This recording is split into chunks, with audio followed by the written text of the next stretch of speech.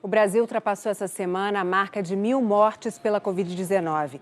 Um número que se torna ainda mais preocupante porque a população está relaxando o isolamento necessário para desacelerar o contágio. Em entrevista exclusiva ao repórter Murilo Salviano, o ministro da Saúde, Luiz Henrique Mandetta, falou sobre as estratégias para enfrentar a fase mais aguda da pandemia e também sobre a preocupação com as mensagens conflitantes que os brasileiros vêm recebendo.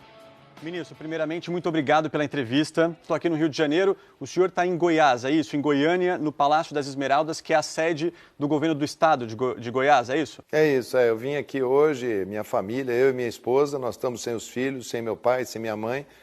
Em nome das nossas famílias, eu cumprimento todas as famílias brasileiras e a família aí do jornalismo do Fantástico, nesse domingo de Páscoa tão atípico para todos nós. E o senhor sempre dá orientações para os brasileiros sobre os cuidados a serem tomados, né? Na vida pessoal do senhor, que cuidados o senhor tem tomado? Dentro do Ministério da Saúde, como a equipe é uma equipe que está trabalhando comigo muito já formada, muito bem distribuída, a nossa distância entre um e outro é de 2,5 metros a 3 metros em qualquer circunstância. Até agora nós não tivemos nenhum colaborador nosso que tenha tido a gripe, a virose. É um cuidado muito grande, uma saudade muito grande do meu neto, dos meus filhos que estão lá em Mato Grosso do Sul, do meu pai, da minha mãe. Esses eu falo com eles normalmente por telefone, vendo as imagens. É uma parte que é dura para todo mundo. A gente também tem feito esse exercício de distanciamento de quem gosta, de quem ama a pessoa e que sabe que nesse momento temos que ficar distantes para proteger. Acho que no dia a dia não é diferente do que cada brasileiro está passando para tentar passar por isso junto. Quando a gente protege a família da gente, a gente está protegendo a família de todo mundo. Já teve algum momento de fragilidade nessa crise? Olha, eu acho que sim, eu acho que a gente às vezes também se pega profundamente emocionado quando um neto pergunta por que você não está indo lá vê-lo, às vezes você fica um pouco emocionado, a voz fica um pouco embargada, mas você respira fundo. Ministro, vamos aos números aqui. Neste feriado da Semana Santa, o Brasil ultrapassou a marca de 1.000 mortes por coronavírus. Qual que é a expectativa para essa próxima semana? Bom, primeiro nós sabemos que esses números estão subestimados. Dentro do que a gente pensava lá no início, em fevereiro, fazendo simulações com outros países, fazendo adequações para o nosso clima, mais ou menos a gente sabia que chegaria a primeira quinzena de abril aproximadamente com esses números. Sabemos também, desde o início que fizemos as projeções, que a segunda quinzena de abril seria a quinzena que aumentaríamos e que o mês de maio e junho seriam os meses de maior estresse para o nosso sistema de saúde. Nós estamos agora vivendo um pouco do que fizemos 2 semanas para trás. Se iniciarmos precocemente uma movimentação, nós vamos voltar a ter aquele mesmo padrão do início, onde você tinha dia após dia um aumento do surgimento de brotes epidêmicos. A gente imagina que o mês de maio e o mês de junho serão os 60 dias mais duros para as nossas cidades. A gente tem diferentes realidades. O Brasil a gente não pode comparar com um país pequeno, como é a Espanha, como é a Itália, como é a Grécia, como a Macedônia, até a Inglaterra. Nós somos o próprio continente. Sabemos que serão dias duros, seja conosco ou seja com qualquer outra pessoa. Achamos que nós teremos muitas, no mês de maio, mês de junho, e em algumas regiões, julho, nós teremos dias muito duros. E o que são dias muito duros? Dias duros, dias em que nós seremos taxados de, olha, vocês não fizeram o que vocês tinham que fazer, por isso o sistema está entrando em colapso, olha, vocês deveriam ter sido mais duros, vocês deveriam ter sido menos duros, porque a economia está assim, está assado. Sempre vão haver os engenheiros de obra pronta, como a gente sabe. Pessoas que depois que você trabalha, que você faz o possível e o impossível para enfrentar uma situação, que depois da situação passada fala assim, ah não, mas isso deveria ter sido feito assim ou assado. Nós teremos uma confrontação entre o que somos e para onde queremos ir constante nesses meses agora que temos pela frente. Serão aí 2 a 3 meses de muito questionamento das práticas de todos. E, obviamente, que o Ministério da Saúde vai ser o Ministério mais questionado de por que isso, por que aquilo. Então, essas semanas agora, o comportamento da sociedade é o que dita. Esse vírus, a história natural dele, como ele vai se comportar aqui, quem vai escrever essa história é o comportamento da sociedade. Não é essa coisa da polícia, do decreto, é como cada um de nós brasileiros vamos ter a consciência do cuidado individual, sendo o responsável pelo cuidado coletivo. Ele é uma coisa muito mais de como que a gente vai encarar essa relação da dinâmica social e do sistema de saúde, da capacidade de atender. Quantos casos de coronavírus são estimados para o Brasil neste ano? Esse número ele é muito, ele muda muito ao sabor de como que a gente vai comportar. Se a gente não fizer absolutamente nada e tocar a nossa vida como se nada tivesse acontecendo, se a gente falasse assim, olha, vamos todos trabalhar, deixa só quem tem mais de 60 anos em casa, como que o Brasil vai lidar com isso? Aí você tem de números menores, você tem cenários extremamente otimistas e você tem cenários extremamente pessimistas. Eu acho que a gente tem a nossa projeção, olha, mas sabe que isso tudo é em função do comportamento das pessoas.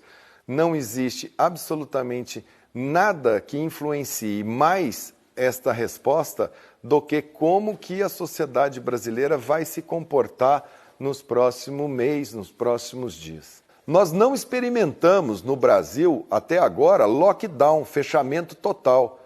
Nós estamos com uma diminuição de mobilidade social importante, chegamos a ter uma diminuição expressiva, né? Relaxamos, estamos aí em torno de 50%, 55%, já chegamos a ter 70%. Se cada empresário, se cada setor achar que o dele é essencial e que ele tem que trabalhar e começar um efeito que a gente chama um efeito cascata, né? Se a gente começa a dizer que tudo é essencial, tudo precisa funcionar, nós vamos trabalhando dessa maneira, o Ministério da Saúde vai mostrar. Na outra semana, olha, essa atividade fez isso aqui com cada uma das cidades. Em várias cidades do país, como aqui no Rio de Janeiro, é visível o desrespeito de muitas pessoas, principalmente durante essa última semana do isolamento social. A que o senhor atribui essa falta de respeito, esse afrouxamento do isolamento?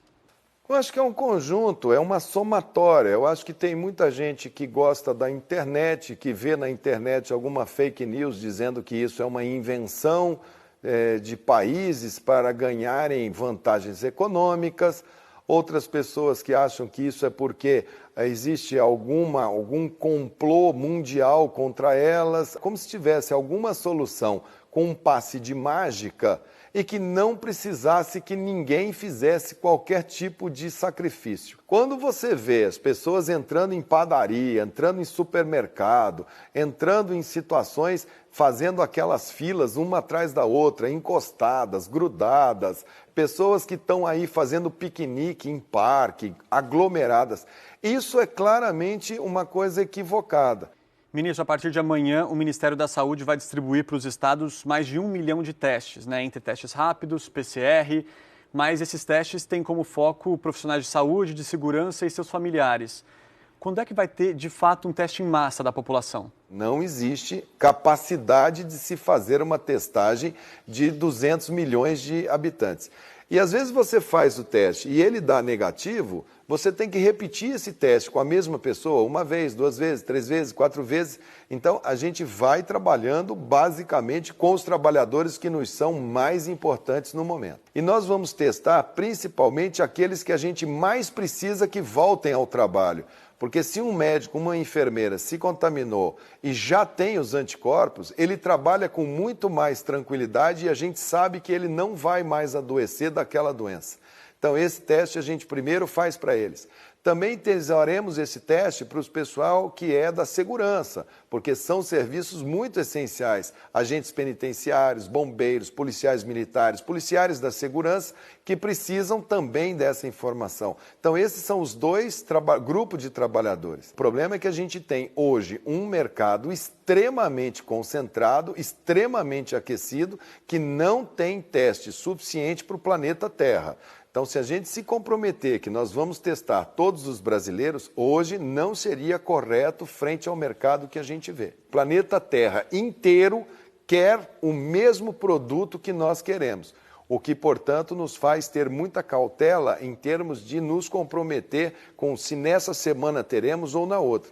O Brasil é, sim, um sistema forte e que está tentando trazer o melhor ponto de equilíbrio para os brasileiros. Ministro, se não tem uma testagem tão ampla da população, a gente não tem como prever exatamente o avanço da doença. A gente está no escuro? Não, a gente não está no escuro porque mesmo com essa testagem, a gente tem modelos matemáticos. Então, a gente com esses números, com esses exames que nós fazemos, nós temos modelos estatísticos e modelos matemáticos que nos permitem dimensionar qual é o ritmo, para onde está indo, em que bairro está, em que cidade está, se está se deslocando para qual faixa etária, se está internando quem, qual é a capacidade instalada. Nós temos modelos matemáticos que nos permitem fazer cálculos muito bons, que nos dão muita informação, sem estar testando 100% das pessoas. Não tem receita de bolo. O que tem é o Ministério da Saúde agrupar isso e ir mostrando e dizer, olha, tomem cuidado aqueles que estão no nível mais alto de transmissão. E aí cada governador, cada prefeito sabe o que está fazendo. O ministro da Saúde foi cuidadoso ao falar das atitudes do presidente da República. Ministro, o senhor tem dito nas coletivas que médico não abandona paciente, mas ao mesmo tempo tem falado que precisa de paz para trabalhar, tem reclamado de solavancos internos, houve insinuações de demissão do senhor. O próprio presidente da República não respeita as orientações do Ministério da Saúde seguidas vezes. Ontem mesmo, o senhor e o presidente foram até Águas Lindas de Goiás, na região de Brasília, acompanhar a construção de um hospital de campanha. E na frente do senhor, o presidente fez questão de cumprimentar apoiadores, fazer aglomeração. Uma mulher chegou, inclusive, a beijar a mão do presidente. Essa relação do senhor com o presidente, de alguma forma, constrange o senhor?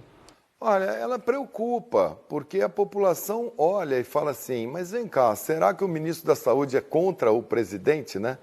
E não há ninguém contra nem a favor de nada. É o que eu digo, o nosso inimigo, o nosso adversário, quem a gente tem que ter foco para falar, ó, é esse aqui que é o nosso problema, é o coronavírus, é ele que é o nosso principal adversário, nosso principal inimigo. Se eu estou ministro da Saúde, eu estou ministro da Saúde por obra de nomeação do presidente. O presidente olha muito também pelo lado da economia e chama muito atenção o lado da economia. O Ministério da Saúde entende a economia, entende a cultura, entende a educação, mas chama pelo lado de equilíbrio de proteção à vida. Eu espero que essa validação dos diferentes modelos de enfrentamento dessa situação possa ser comum e que a gente possa ter uma fala única, uma fala unificada, porque isso leva para o brasileiro uma dubiedade. Ele não sabe se ele escuta o ministro da Saúde, se ele escuta o presidente, quem é que ele escuta, né? E numa situação como essa, a quem ouvir? A gente pode ter uma disciplina e pedir muita disciplina para as pessoas. Por favor, disciplina significa faça você também o seu sacrifício para a gente bloquear o máximo possível. Eu não posso chegar e falar assim, essa pessoa está fazendo isso aqui, isso é certo, isso é errado. Eu estou dizendo qual é o caminho, vamos por aqui.